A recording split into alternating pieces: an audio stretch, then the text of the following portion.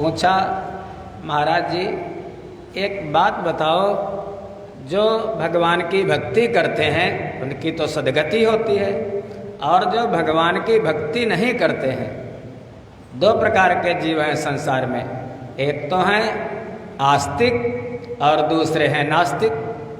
आस्तिक माने जो अस्ति, जो मानते हैं कोई ईश्वर है, कोई भगवान है, कोई परमात्मा है, किसी की सत्ता है। और कुछ लोग ऐसे भी हैं, इस संसार का कोई कारण नहीं है, बस स्वर्ग नरक कोरी कल्पनाएं हैं, मैं कुछ नहीं मानता हूँ, न शास्त्र को मानता हूँ, न वे अपने मनमानी का आचरण करते हैं। वो जो भक्ति से दूर हैं, और उनको बताया है महापुरुषों ने, वो पूर्व जन्म के पापी पातकी हैं।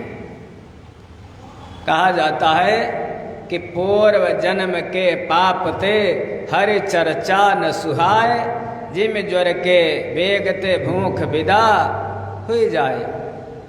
पूर्व जन्म का जब पाप होता है तो उसका भगवान की भक्ति में मन नहीं लगता, भगवान की चर्चा कथा में उसका मन नहीं लगता। इसलिए जो भक्तिहीन पुरुष हैं, जो भक्ति नहीं करते हैं, उनकी गति क्या होती है, ये प्रश्न पूछा महाराज निमि ने। तो जो 8वें योगी हैं जिनका नाम है चमस, 8वें योगी चमस जी ने उत्तर दिया, हे राजन, मुख बाहुरुपादेभ्यः पुरुषस्य श्रमय सह चत्वारो जग्गिरे वर्णा गुणे विप्र प्रादयः पृथक। हे राजन, उस परब्रह्म परमात्मा विराट पुरुष ने ब्राह्मण, क्षत्रिय, वैश्य, शूद्र, भगवान श्रीमद् भगवद गीता जी में कहते हैं कि हे अर्जुन, चातुर्वर्ण्यं मया सृष्टम गुण कर्म विभाग सह। मैंने चारों वर्णों की स्वयं रचना की है, गुण कर्म और विभाग के सहित। फिर भी हम लोग दुनिया भर की अपनी अपनी कल्पनाएं, अपने अपने विचार रखते रहते हैं। जातिवाद ऐसा है वैसा है, वो भगवान स्वयं कहते हैं। वही भगवान ब्राह्मण, क्षत्रिय, वैश्य, शूद्र। ब्राह्मणस्य मुखमासीद बाहुराजन्यः कृतः उरो तदयद वैश्यः पदभ्याम शूद्रो अजायत। एक ही शरीर के 4 अंग हैं, समाज को 4 भागों में बांटा गया। बस अब ऐसे समझ लो, जो मस्तक का काम है वो पैर नहीं कर सकते, जो पैरों का काम है वो दिमाग नहीं कर सकता, जो हाथों का काम है वो हमारा पेट नहीं कर सकता।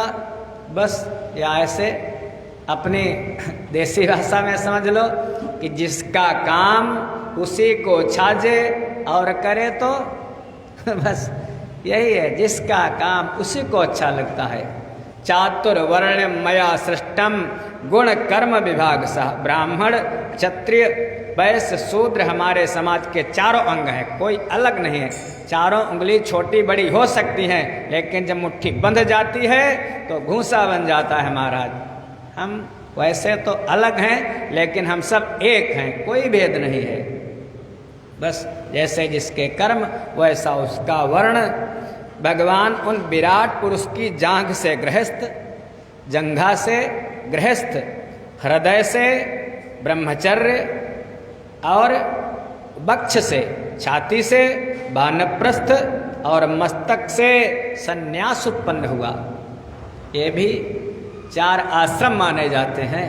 सनय सनय सीढ़ी सीढ़ी सीढ़ी सीढ़ी चढ़ करके हम ऊपर तक पहुंच जाते हैं। ब्रह्मचर्य, ब्रह्मचर्य के बाद गृहस्थ, गृहस्थ के बाद वानप्रस्थ और वानप्रस्थ के बाद सन्यास। जैसा हमारा वेद कहता वैसा करना चाहिए, हमारी परंपरा है।